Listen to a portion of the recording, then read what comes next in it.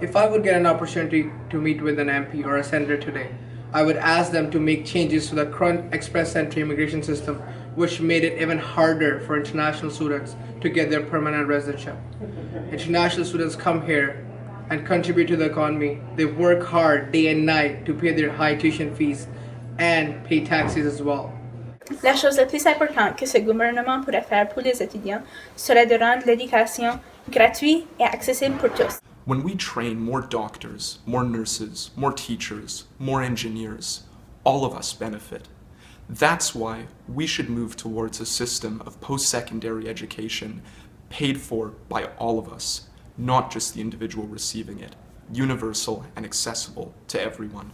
The one issue I would definitely highlight is the lack of funding for Métis education. Unfortunately, for a lot of Métis students, we don't get funding for education. We might get 1 year paid for, but that really depends, and we also get denied very often for funding. Today, if I were to meet with the Prime Minister or one of our senators or the MP, I would address one very, very important thing, and that is the worldwide Islamophobia that is rampant everywhere we go, whether it's on social media, whether it's other political parties in other countries. It's very important for our government to take this issue very seriously because many of our students are facing this issue every single day of their life.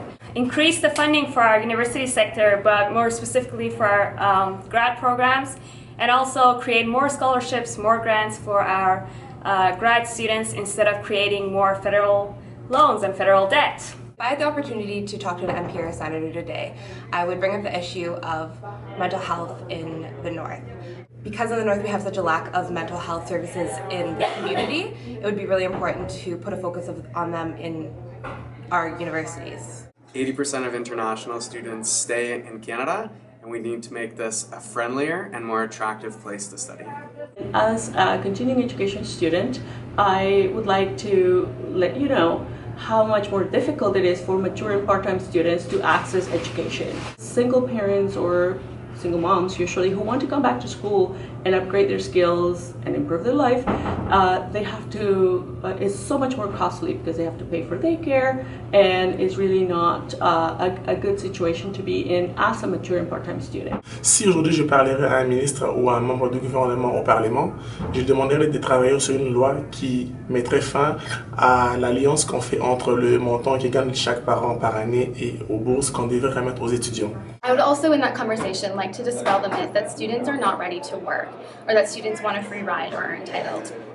In my time at OCAD, the last 3 years, I have been a student, I've held down a full-time job, I've worked internships both paid and unpaid, and I'm currently holding down 3 part-time jobs.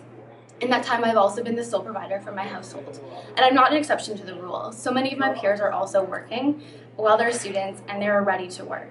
I wish my MP knew that students are very passionate about what we're learning, we're passionate about the future, and I just would hope that they know that we all deserve a chance to go to post-secondary education.